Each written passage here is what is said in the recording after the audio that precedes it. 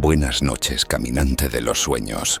Hoy te invito a recostarte, cerrar los ojos y dejar que tu mente viaje a una España medieval, un mundo donde los moros levantaban fortalezas, los reyes discutían sus linajes y los castillos se alzaban como guardianes de piedra en colinas y montañas. Este es un relato pensado para que descanses, pero también para que descubras la grandeza y las intrigas de un tiempo pasado que, aunque parezca lejano, aún respira en nuestras ciudades, en nuestros apellidos y hasta en los muros que sobreviven al paso de los siglos. Antes de comenzar, te invito a darle un like a este video y suscribirte al canal, porque juntos vamos a seguir recorriendo historias que no solo entretienen, sino que también nos ayudan a comprender de dónde venimos. Imagina por un momento la península ibérica en la Edad Media. No era un solo país, sino un mosaico fragmentado de reinos cristianos en el norte y poderosos territorios musulmanes en el sur. Era un tablero de ajedrez donde cada jugada podía significar la caída de un castillo, la pérdida de una ciudad o el inicio de una guerra que duraría generaciones. En ese cruce de culturas y espadas se forjaron relatos que parecen sacados de un cuento, pero que están escritos en los anales de la historia. Los moros, llegados en el año 711 tras el cruce de Tarik ibn Ziyad por el estrecho de Gibraltar, no solo trajeron soldados y conquistas, también introdujeron avances que cambiarían la vida cotidiana. Sistemas de riego que hicieron florecer campos secos, matemáticas que ayudaban a medir la tierra y el comercio, y una arquitectura que aún deslumbra con sus arcos de herradura y filigranas de piedra. Era un tiempo en el que la Alhambra de Granada empezaba a soñar sus primeros cimientos y Córdoba se convertía en faro de conocimiento, con una biblioteca que superaba los volúmenes de muchas ciudades europeas juntas. Mientras tanto, en el norte, los reyes cristianos observaban con mezcla de miedo y admiración Asturias, León, Castilla, Navarra, Aragón, pequeños reinos que parecían débiles frente a la fuerza musulmana, pero que con paciencia, alianzas y rivalidades internas fueron plantando cara al sur. Y allí, en ese choque constante, nacieron héroes y leyendas como el Cid Campeador, cuyo filo de espada y astucia política lo convirtieron en un personaje eterno, entre la realidad y el mito. La España medieval era en verdad un crisol. En una misma ciudad podías escuchar campanas de iglesia, rezos musulmanes y cantos judíos. Cada comunidad aportaba su grano de arena en la construcción de esa península que parecía más un mosaico que una sola nación. Y si observamos los castillos, esos gigantes de piedra, veremos que no eran simples refugios de guerra, eran símbolos de poder, fronteras vivas, donde el horizonte estaba marcado por almenas y torres, como si fueran gigantes que custodiaban los secretos del pasado. Y en medio de estas murallas, de mezquitas convertidas en iglesias y de intrigas entre cortesanos, la vida cotidiana seguía. Campesinos labrando la tierra, comerciantes negociando especias traídas de Oriente, trovadores cantando hazañas de caballeros y sabios discutiendo sobre las estrellas. Cada rincón de la España medieval guardaba una historia, y cada historia formaba parte de ese tapiz inmenso que aún hoy sentimos en nuestras raíces. Cuando nos adentramos un poco más en la España medieval, descubrimos que no todo eran grandes batallas ni coronas brillando al sol. El verdadero pulso de la vida se encontraba en las tensiones constantes. Un día los reyes firmaban pactos con sus vecinos musulmanes para mantener la paz, y al siguiente los traicionaban con una guerra inesperada. Esa mezcla de diplomacia y desconfianza era tan común como el pan en la mesa. Los moros, con su dominio en el sur, convirtieron ciudades como Córdoba, Sevilla o Granada en auténticos centros de esplendor. Córdoba, en particular, se convirtió en la joya del califato, con sus calles iluminadas por faroles cuando la mayor parte de Europa aún dormía en la oscuridad. Sus médicos practicaban operaciones complejas mientras en otros lugares la medicina seguía ligada a supersticiones, y sus filósofos traducían obras de la antigua Grecia que, de no haber sido por ellos, se habrían perdido para siempre. Al mismo tiempo, los reinos cristianos del norte iban tejiendo su resistencia. Castilla se fortalecía con sus vastas llanuras, León defendía tradiciones más antiguas, Navarra servía de puente hacia los Pirineos y Aragón miraba con ambición hacia el Mediterráneo. Era como si cada reino tuviera una personalidad propia, un temperamento que lo hacía distinto, pero todos compartían un mismo deseo: recuperar las tierras que sus antepasados habían perdido en la invasión musulmana. En medio de estas tensiones nacieron figuras que marcaron el rumbo. Alfonso VI, por ejemplo, logró arrebatar Toledo a los musulmanes en 1085, un golpe que no solo fue militar, sino también simbólico, porque Toledo había sido la antigua capital visigoda. Ese hecho hizo temblar los cimientos del poder musulmán y atrajo a un nuevo jugador en la partida: los almorávides, un pueblo del norte de África que desembarcó en la península para apoyar a sus hermanos musulmanes. Con su llegada, las batallas alcanzaron un nuevo nivel de dureza y estrategia. Pero no todo se definía en los campos de guerra. En los castillos se tejían intrigas cortesanas que podían decidir el destino de un reino entero. Un matrimonio arreglado podía sellar una paz entre dos territorios enemigos, mientras que una traición dentro de la corte podía desencadenar una rebelión inesperada. La política medieval no era muy distinta a una partida de ajedrez. El rey parecía la pieza más poderosa, pero muchas veces una reina, un conde o incluso un obispo podían mover los hilos desde las sombras. Y aunque hablamos de reyes, ejércitos y castillos, no podemos olvidar al pueblo llano, la mayoría silenciosa que sostenía todo con su trabajo. Los campesinos cultivaban trigo, vid y olivo, productos que definieron la dieta de la época y que, curiosamente, siguen marcando la cocina española actual. Las ferias medievales eran lugares bulliciosos donde se intercambiaban telas, ganado, especias y hasta noticias de tierras lejanas. Allí un viajero podía escuchar rumores de cruzadas en Jerusalén o de barcos que navegaban hacia el norte de África en busca de fortuna. Lo fascinante es que en medio de tantas diferencias culturales hubo una convivencia que hoy puede parecernos casi mágica. En Toledo, por ejemplo, se llegó a un punto en el que cristianos, musulmanes y judíos trabajaban juntos en la famosa escuela de traductores, donde se vertían al latín textos árabes y griegos, permitiendo que el conocimiento viajara más allá de las murallas y llegara al resto de Europa. Esa colaboración, aunque frágil, demostró que el diálogo entre culturas siempre fue posible, incluso en tiempos de espada y conquista. Y mientras las ciudades florecían y las fronteras se movían como las mareas, los castillos seguían siendo testigos silenciosos, con muros que aún guardan el eco de los juramentos, las conspiraciones y los suspiros de aquellos que soñaban con un futuro más seguro. En este punto, si afinamos la mirada, veremos que la España medieval no se entendía solo a través de las espadas que chocaban en los campos de batalla. También estaba marcada por la fuerza de las creencias. La religión era un motor que movía tanto a campesinos como a reyes, y cada una de las comunidades la vivía con un fervor particular.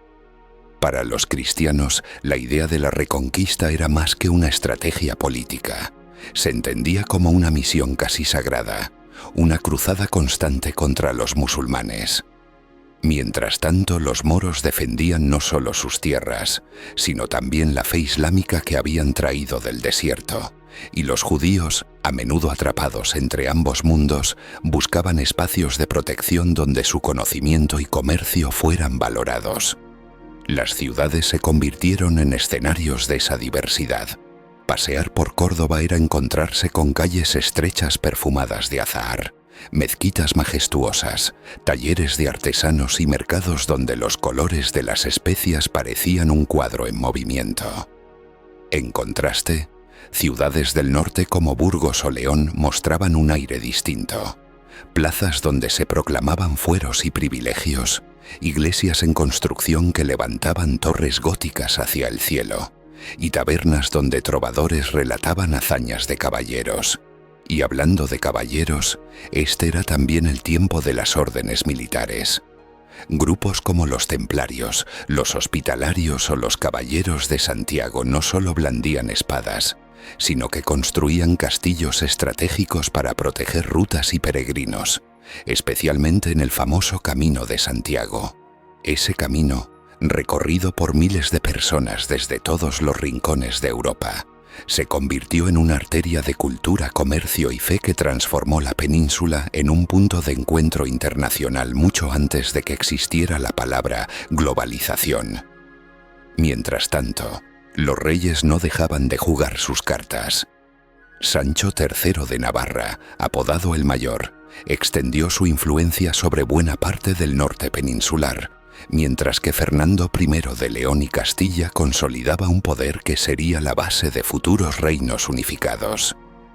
Estos monarcas no solo guerreaban, también organizaban repoblaciones, entregaban tierras a campesinos y caballeros para que ocuparan territorios recién conquistados, cambiando así la geografía humana de la península.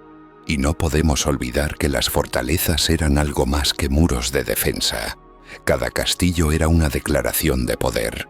Desde la Alcazaba de Málaga hasta el Alcázar de Segovia, estas construcciones se convirtieron en símbolos visibles de quien dominaba la tierra. De hecho, muchos de estos castillos guardaban secretos arquitectónicos que hablaban de la mezcla cultural. Torres musulmanas adaptadas por reyes cristianos, murallas reforzadas con técnicas traídas del norte de África, o palacios donde los arcos árabes convivían con capillas cristianas. La vida en torno a estos castillos era una mezcla de dureza y esperanza.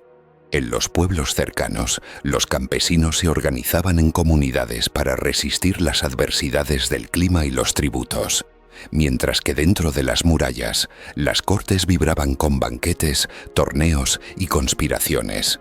En un banquete medieval podías encontrar carne de caza, vino, pan de trigo, considerado un lujo frente al pan de cebada de los pobres, y música de laúd acompañando conversaciones que podían cambiar el destino de un reino.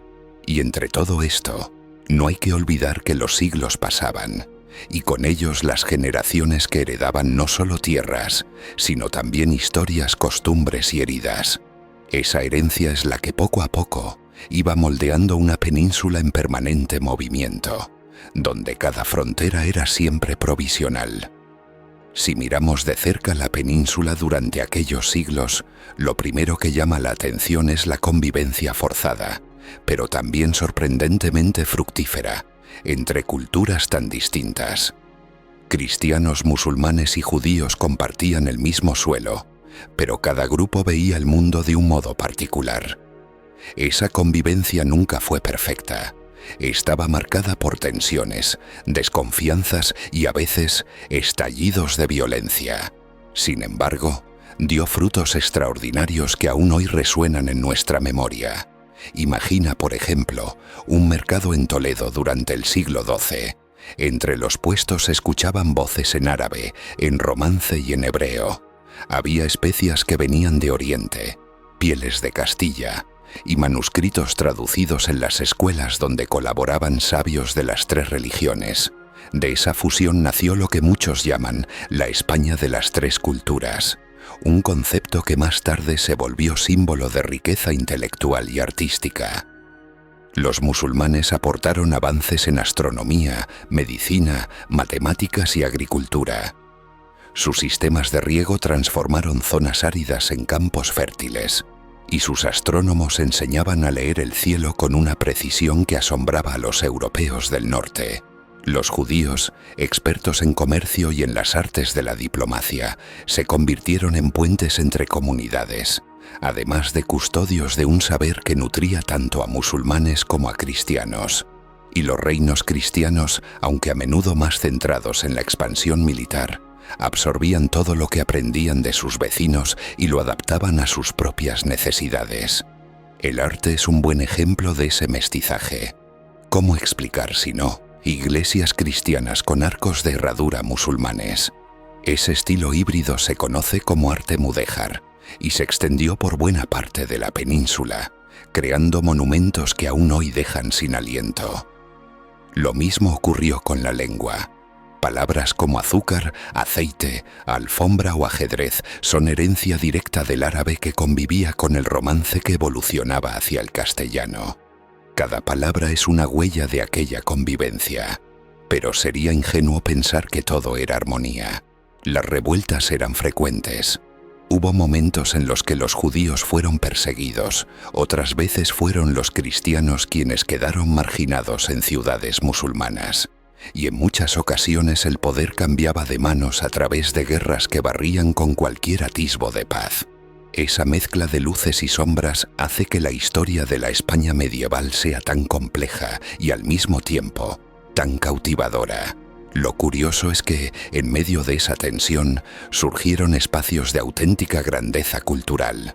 Córdoba, con su mezquita, no era solo un centro religioso, sino un faro del conocimiento mundial. Allí se tradujeron obras que después inspirarían a pensadores europeos, y se experimentaba con medicina que salvaría vidas en lugares lejanos. Mientras tanto, en Santiago de Compostela, el sepulcro del apóstol atraía peregrinos de toda Europa, trayendo consigo monedas, ideas y relatos que tejían lazos entre el norte y el sur. Así, la península medieval se convirtió en una especie de laboratorio histórico. Un territorio donde la diversidad generaba choques, pero también avances, donde la espada podía separar pueblos en una batalla, y la pluma de un traductor podía unirlos en una misma página. Con el paso de los siglos, aquella península en constante movimiento parecía un tablero donde cada jugada acercaba a un desenlace mayor. Las alianzas y rupturas entre reinos cristianos, la llegada de nuevos invasores musulmanes desde el norte de África, y el lento pero persistente avance de la Reconquista fueron moldeando un paisaje en el que nada permanecía quieto demasiado tiempo. Los almorávides primero y los almohades después cruzaron el estrecho para imponer su fuerza en el sur. Eran pueblos duros, disciplinados y profundamente religiosos, que chocaron no solo con los cristianos, sino también con los musulmanes peninsulares que habían vivido de manera más abierta y tolerante. Su llegada encendió una nueva etapa de conflictos y al mismo tiempo obligó a los reinos cristianos del norte a reforzar su unidad, aunque las rivalidades entre ellos nunca dejaron de estar presentes. En este escenario, cada batalla era mucho más que una confrontación militar. Era un pulso ideológico, un enfrentamiento por el dominio del alma de la península. Y sin embargo, incluso en esos momentos de tensión máxima, la vida cotidiana seguía su curso. Los campesinos labraban los campos, los comerciantes viajaban de feria en feria, y los juglares cantaban hazañas que mezclaban realidad y fantasía, manteniendo vivo el espíritu de los héroes que inspiraban a generaciones. A medida que avanzaba el tiempo, ciertos episodios se convirtieron en símbolos de un cambio inevitable. La batalla de las Navas de Tolosa en 1212, por ejemplo, no fue solo una victoria militar de los reinos cristianos unidos contra los almohades, sino un punto de inflexión que marcó el inicio del retroceso musulmán en la península. Desde entonces, el equilibrio de fuerzas empezó a inclinarse con más claridad hacia el norte. Pero sería injusto pensar que la historia de la España medieval se resume solo en batallas. Fue también un tiempo de descubrimientos y construcción cultural. Las universidades comenzaron a florecer en ciudades como Salamanca, donde el estudio de la teología, el derecho y las artes liberales transformaba poco a poco la manera de entender el mundo. Las catedrales góticas, con sus torres que parecían tocar el cielo, eran símbolos de un espíritu que miraba hacia lo eterno, mientras que en el sur, la Alhambra de Granada desplegaba su belleza como un poema escrito en piedra. Lo más interesante es que, aunque parecía que los reinos cristianos ganaban terreno, la influencia musulmana y judía no desaparecía, sino que se filtraba en la cultura, en la lengua y en la manera de vivir. Cada nuevo muro levantado, cada canción popular transmitida de generación en generación, llevaba dentro un eco de esa mezcla que no se podía borrar. La península Al borde de un cambio profundo, era ya un lugar donde pasado, presente y futuro se entrelazaban de manera inseparable. Con el correr de los siglos XIII y XIV, la península ibérica se transformaba en un escenario cada vez más definido, aunque aún plagado de incertidumbres. Los reinos cristianos habían consolidado parte de sus dominios. Castilla extendía su influencia sobre vastas llanuras.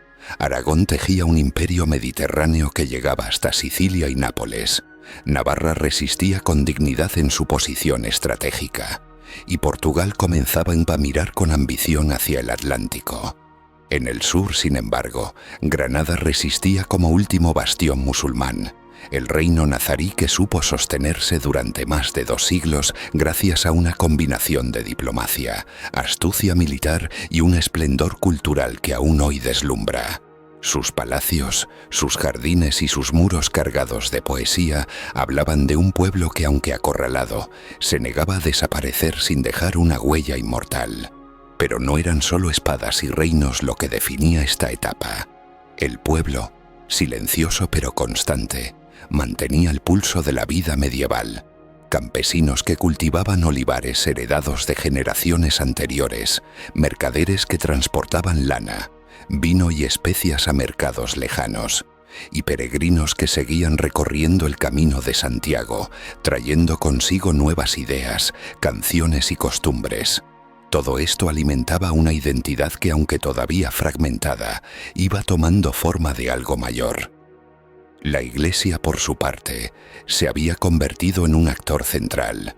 Sus monasterios eran refugios de conocimiento, donde monjes copiaban manuscritos que aseguraban la transmisión del saber antiguo.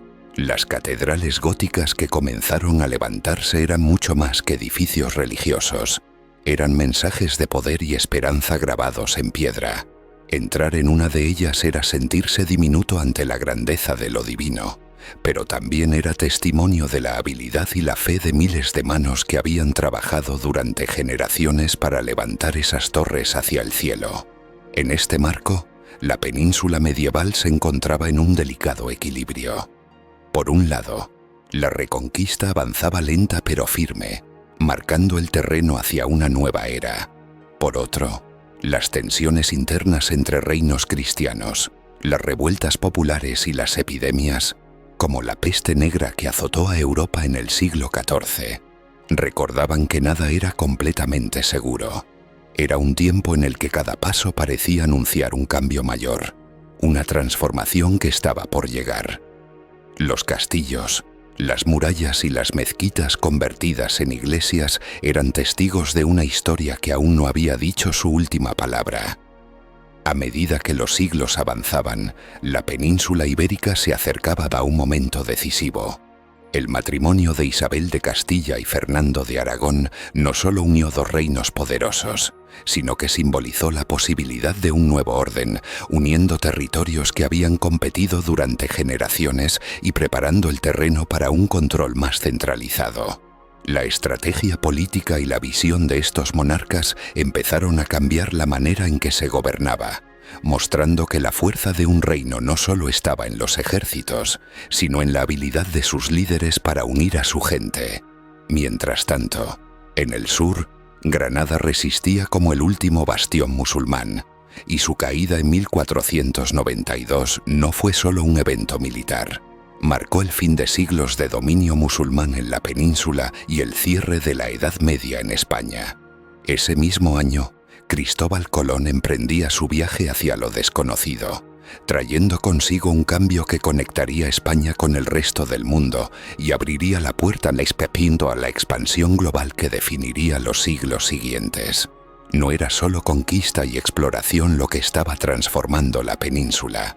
La creación de la Inquisición y la política de unificación religiosa consolidaron un Estado con mayor autoridad, mientras que el Renacimiento comenzaba a impregnar la cultura y la educación, dejando atrás las estructuras feudales predominantes. Los castillos seguían en pie, los pueblos continuaban sus labores, y los mercados y ciudades bullían de vida. Pero todo estaba cambiando, de manera silenciosa y profunda. Cada piedra de un castillo, cada arco mudéjar, cada manuscrito traducido en Toledo, cada catedral gótica en construcción, contaba una parte de esta transición. Lo que parecía el final de una época, en realidad era el principio de otra. Un mundo donde las fronteras ya no solo se marcaban con espadas, sino con conocimiento, comercio y nuevas ideas que viajaban más rápido que cualquier ejército. Y mientras escuchas esta historia y cierras los ojos, puedes imaginar cómo esos siglos de convivencia, guerras y descubrimientos fueron tejiendo el futuro de España. Un futuro que comenzaba a perfilarse con fuerza, dejando atrás la Edad Media y anunciando la Edad Moderna, con sus promesas de cambio, exploración y expansión. Si esta travesía por la historia de la España medieval. Moros, reyes y castillos. Historia aburrida para dormir te ha fascinado. Recuerda darle like al video y suscribirte al canal. Así seguiremos explorando juntos los secretos del pasado y trayéndote historias que acompañen tus noches y despierten tu imaginación.